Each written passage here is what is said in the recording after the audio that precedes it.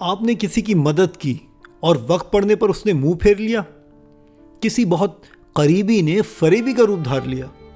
آپ نے کسی پر بھروسہ کیا اور اس نے آپ کے اعتماد کو ہی توڑ ڈالا.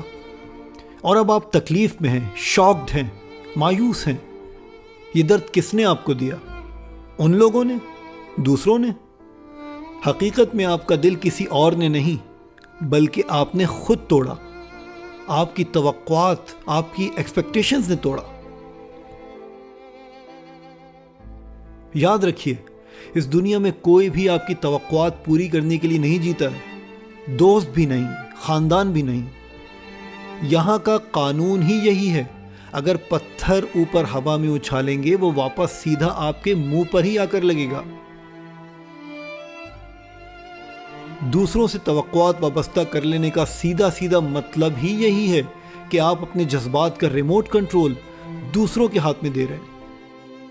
زندگی ایک سفر ہے اور توقعات، ایکسپیکٹیشنز اس سفر کا سامان ہوا کرتی ہیں. جتنا زیادہ سامان ہوگا آپ کی ٹینشن اتنی ہی بڑھے گی. آپ کا سفر بوجھ کی وجہ سے اتنا ہی آہستہ اور بوجھل ہوتا جائے گا. اور پھر ہر توقع بے چینی پیدا کرتی ہے اور آخرکار مایوسی میں بدل جاتی ہے. اور ایک دفعہ آپ مایوسی کے کبھی نہ ختم ہونے والے چکر میں داخل ہو جائیں پھر منفی ذہنیت اور زہریلی سوچوں کی دلدل میں دھستے چلے جاتے ہیں. لیکن کیا توقع رکھنا نارمل نہیں ہوتا؟ کیا ایکسپیکٹیشنز رکھنا انسانی فطرت کے خلاف ہے؟ اس کا جواب یہ ہے کہ غیر حقیقی توقع، ان ریئلسٹک ایکسپیکٹیشن رکھنا فطرت کے خلاف ہوتا ہے. غیر حقیقی توقعات کیا ہوتی ہیں؟ یہ وہ ایکسپیکٹیشنز ہوتی ہیں جو ہم اپنے ہی طرح کے دوسرے لوگوں، دوسری مخلوقات اور رشتوں سے رکھتے ہیں، جو خود پرفیکٹ نہیں ہوتے، جو ہم سے اور ایک دوسرے سے بھی مختلف ہوتے ہیں. جانتے ہیں ساری غیر حقیقی توقعات، ان ریئلسٹک ایکسپیکٹیشنز کا آغاز ایک خود غرض لفظ سے ہوتا ہے، اور وہ لفظ ہے میں، مجھے، میرے ساتھ ایسا سلوک ہونا چاہیے، میری ایسی عزت ہونی چاہیے، میرے ساتھ ایسی محبت ہونی چاہیے. میں اس قابل تو نہیں تھا، مجھے اور زیادہ چاہیے، مجھے پسند ہے، مجھے خواہش ہے، میں چاہتی ہوں، میں محبت کرتا ہوں، میں نفرت کرتی ہوں. سو حل کیا ہے؟ خود کو اس میں سے الگ کرنا ہوگا. خود کو ہر دنیاوی شے سے علیحدہ کرنا ہوگا. اس کا یہ مطلب ہرگز نہیں ہے کہ سارے رشتے توڑ کر تنہا ہو جائیں، بلکہ خود کو کسی چیز کا، کسی بھی رشتے کا عادی نہ بنائیں.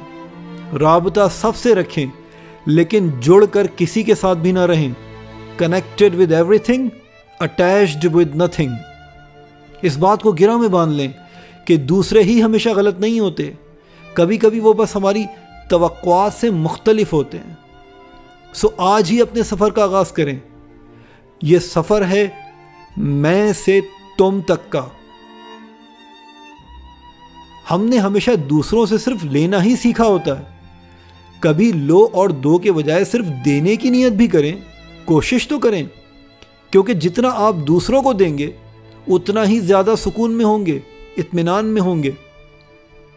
جب آپ کو عزت چاہیے ہوتی ہے، ہو سکتا ہے دوسرے آپ کو یہ نہ دیں، لیکن آپ تو دوسروں کو عزت دے سکتے ہیں. جب آپ کو محبت چاہیے ہوتی ہے، ہو سکتا ہے دوسرے لوگ آپ کو محبت نہ دیں، لیکن آپ کو محبت کرنے سے کون روک سکتا ہے؟ جب آپ کو کام پڑتا ہے تو ضروری نہیں کہ دوسرے وقت پر آپ کا ہر کام کر دیں، لیکن آپ کو دوسروں کے کام آنے سے کون روک سکتا ہے؟ آخر ان لوگوں کی محتاجی کیوں جو خود بھی کسی دوسرے کے محتاج ہیں؟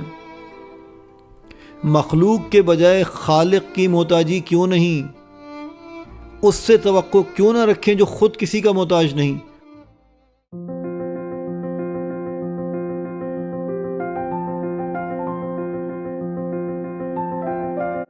جو مخلوق نہیں بلکہ خالق ہے، جو ضرورت مند نہیں بلکہ بے نیاز ہے، اسی کو ریئلسٹک ایکسپیکٹیشن کہتے ہیں، حقیقی توقع کہتے ہیں.